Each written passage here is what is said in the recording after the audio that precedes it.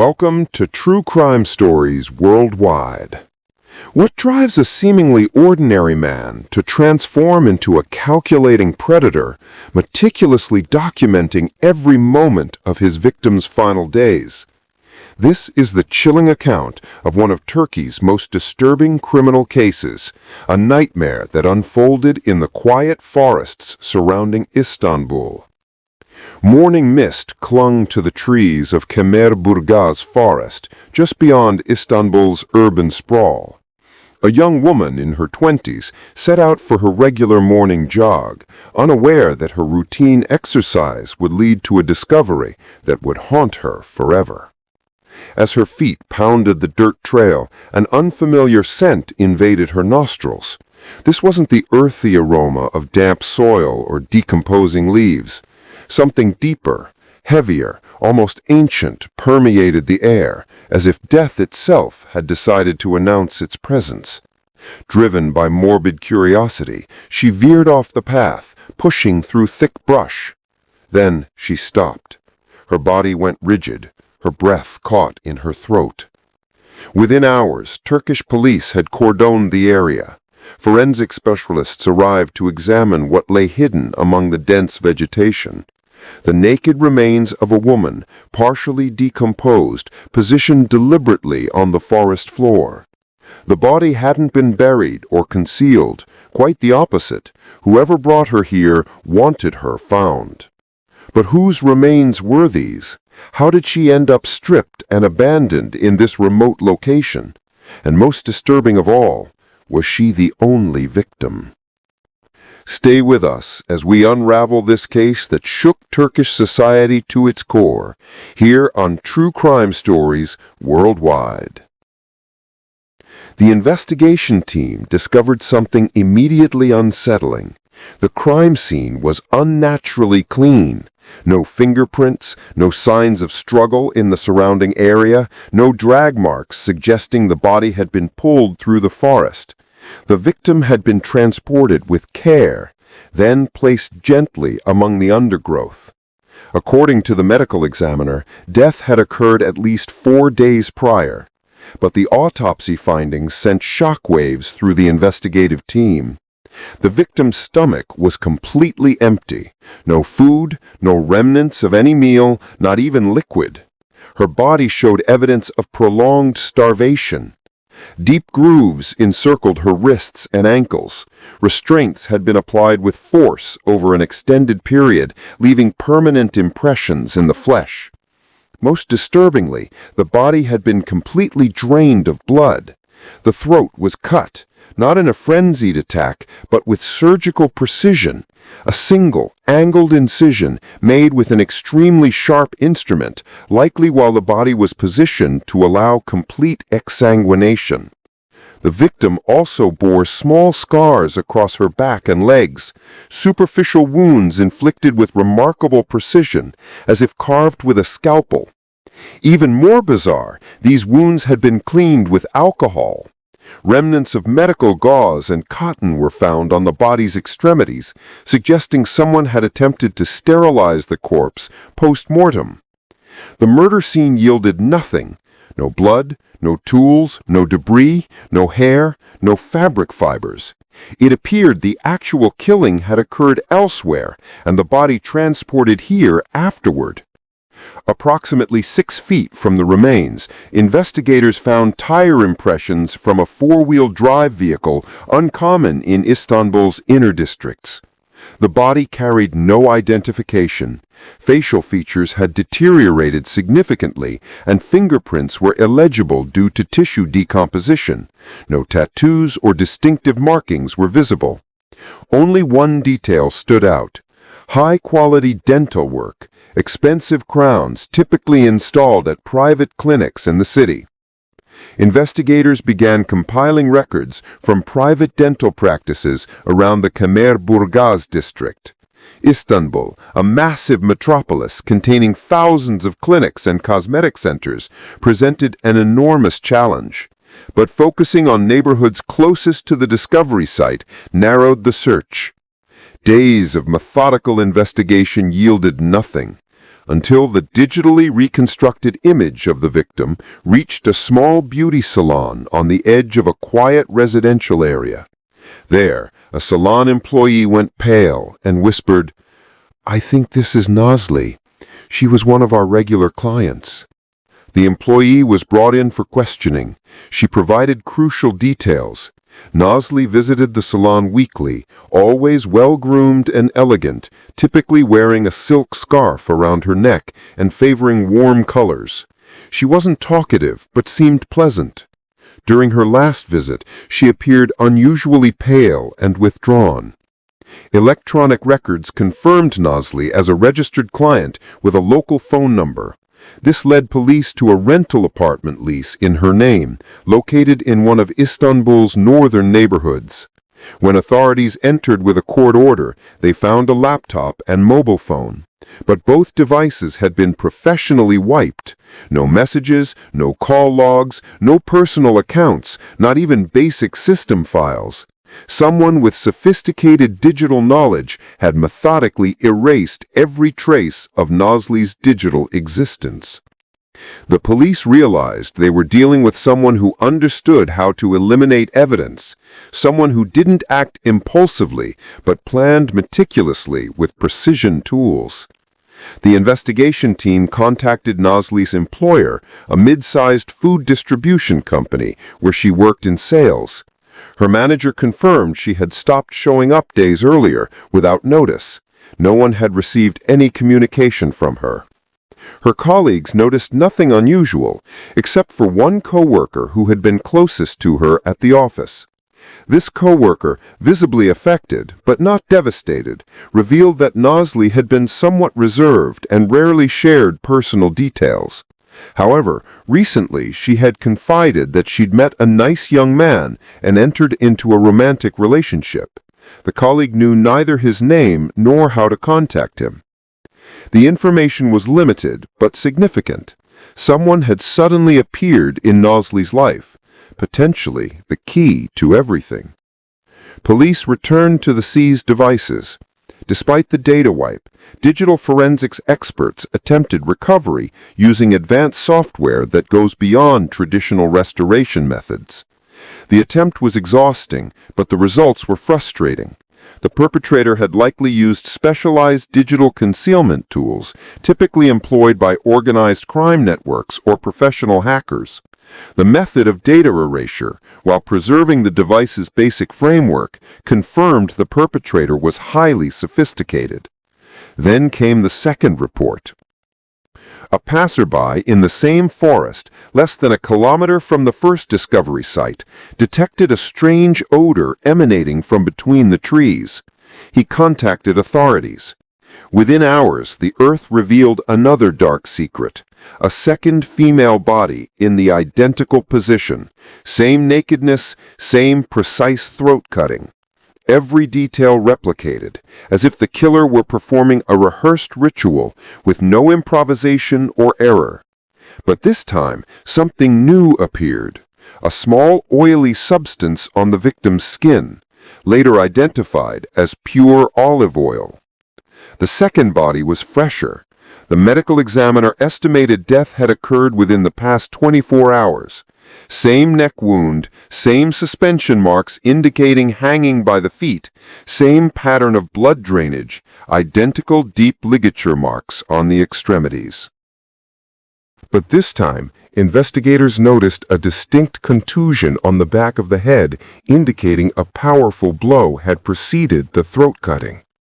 And on the left shoulder, they found what would become the investigation's golden evidence: saliva mixed with blood traces. The killer had gotten extremely close to this victim, perhaps attempting to control her during a moment of chaos. The sample was rushed to the forensic laboratory for DNA analysis. Within days, the report arrived. The results didn't just identify an adult male, they revealed something far more specific. The suspect suffered from leukemia and was undergoing specialized immunosuppressive treatment. This medication required special medical authorization under Ministry of Health supervision. Police contacted the ministry and requested a current list of patients receiving this specific treatment in Istanbul.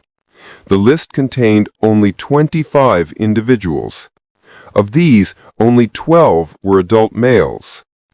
A careful vetting process began: field interviews, file reviews, address tracking. Investigators knew time was running out, and the killer might strike again at any moment. All names underwent surveillance, but one began to stand out. Erdoğan, 37 years old, working in information technology, living alone in a quiet neighborhood on Istanbul's outskirts. No criminal record, except an old financial violation. No neighbor complaints. An organized, low-profile man who raised no suspicions. When police approached his residence, they noticed something odd. Upper-floor windows were tightly sealed, curtains never opened. A concentrated medicinal smell emanated from the building's entrance. The interior appeared lifeless, cold, and empty, but the upper floor told an entirely different story. The upper-level entrance was secured by a reinforced steel door with 2 locks. The team had to force entry. What they found was hell itself. A large camera mounted on the ceiling, a specialized examination table with lighting equipment, walls stained with old blood traces, evidence of struggle on the floor, a long metal fixture bolted to the wall, advanced computer equipment, storage servers, scattered memory cards, all operational. And throughout all this, screens still displaying silent recordings, a red-haired girl sitting in a chair, bound at hands and feet, staring into the camera lens with trembling eyes. Police immediately began extracting the contents. Within an hour, they had footage of 3 victims, one of whom remained unidentified. The videos were dated, clear, and filled with horrifying details: starvation moments, resistance attempts, moments of collapse, then the killing in explicit detail. Erdoğan had abandoned his home just 2 days before the police raid. His mobile phone was off, meaning he sensed danger approaching and fled the city quickly. Authorities declared an emergency state, distributed his photograph to all stations, and issued an international arrest warrant, fearing he might attempt to leave the country. Security estimates suggested he remained within Istanbul, but possessed digital skills allowing him to hide for a considerable period. On the 5th day of the manhunt, a report came from a furnished apartment owner in the Bağcılar district. He stated that a tenant had checked in days earlier but never left the apartment, ordering food through an app without opening the door for anyone. A security team moved rapidly, surrounding the location. They had the landlord knock on the door under the pretense of delivering a package. When the door cracked open, Erdoğan appeared, completely calm. He looked at the officers, then at the ground. As one officer grabbed his hand to cuff him, he said quietly, "You were slower than I expected." Erdoğan was transported to the Major Crimes Division under heavy guard. At the moment of arrest, he remained calm, showing no resistance and attempting no denial or evasion. He sat silently, then requested a glass of water. In the interrogation room, confessions began pouring out one after another with astonishing order, as if he were narrating a screenplay he'd previously organized meticulously in his mind. Erdoğan told investigators he'd been hunting these girls for over a year, girls with red hair who displayed loneliness in their eyes. He explained that he navigated social media applications with fake identities, using edited photos and presenting himself as a graphic designer or businessman who didn't arouse suspicion. He was skilled at discussing books, films, and art. When one of them developed sufficient trust, he'd invite her to a simple meeting at a cafe or public park. The first meeting typically passed safely, followed by a second, then third, then an invitation to his home for dinner or to watch a film. And from there began the journey with no return. Erdoğan used a simple sedative in drinks, not enough to cause immediate unconsciousness, but sufficient to weaken resistance. He'd then carry the victim to the sealed room, where everything was prepared in advance. There, at the location police had discovered, he executed his rituals, binding the extremities, gradual starvation, precise physical torture, and sometimes psychological torment. He recorded everything with carefully distributed cameras, some hidden, some visible. He didn't kill immediately. He deliberately postponed the moment of death. After days of torture and documentation, he'd end the process with a sharp blow to the head, then suspend the body by the feet and cut the throat with professional technique. But the greatest shock came when he told investigators he had cut portions of flesh from his victims and preserved them to consume later. During interrogation, Erdoğan insisted he hadn't forced any victim to come. Each one chose to trust, to open the door, to laugh with him. He stated this in a cold tone, as if it were sufficient justification for his actions. "I didn't lie. I simply did not disclose my intention." Investigators showed him photographs and videos found on his devices. He didn't deny a single one. Instead, he explained the circumstances of each victim, how he met her, what she said at their first meeting, what kind of conversation he conducted by phone. When asked about the third body appearing in the footage but not found in the forest, he answered with a fleeting smile, "She's not in the forest, and you won't find her easily." Police began searching for possible secret graves, multiple burial sites, or the possibility that Erdoğan kept some bodies in other locations. After completing the investigation series and Erdoğan's confessions, the file was complete from the public prosecutor's perspective. Hundreds of photographs, more than 12 hours of documented recordings, and detailed confessions matching field and medical evidence, all submitted to the court as official documents, accompanied by forensic medical reports, digital evidence analysis, and victim movement records. Erdoğan was presented to Istanbul's Supreme Criminal Court under tight security measures. The trial began with presentation of the three primary charges: premeditated murder with malice aforethought, illegal detention accompanied by torture, and violation of human bodily sanctity through immoral and brutal methods. The prosecution presented video clips in a closed session with only the judge and advisors present due to their graphic nature.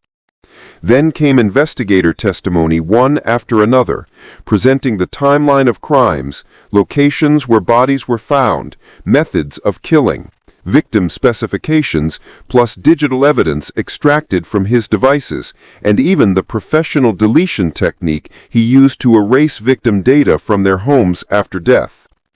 Ultimately, the court convicted Erdoğan of all charges and sentenced him to 3 consecutive life sentences without possibility of parole, with complete isolation for life in a maximum security facility. Erdoğan was subsequently transferred to a special secure medical facility in a closed area housing prisoners who pose permanent danger to society. He's placed in a separate wing under 24-hour surveillance with no mixing allowed, not even television viewing. He's permitted 1 hour daily in the yard under heavy guard. In Turkish streets, Erdoğan's name became a curse, circulated by newspapers, news broadcasts, and radio bulletins.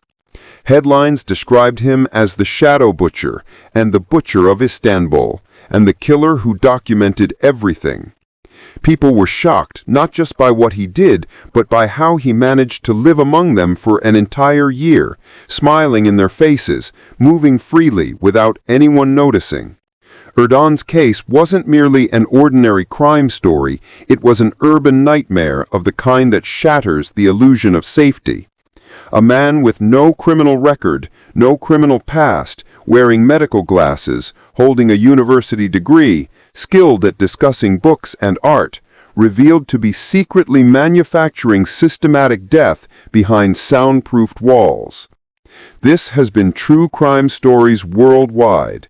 Remember, monsters don't always look like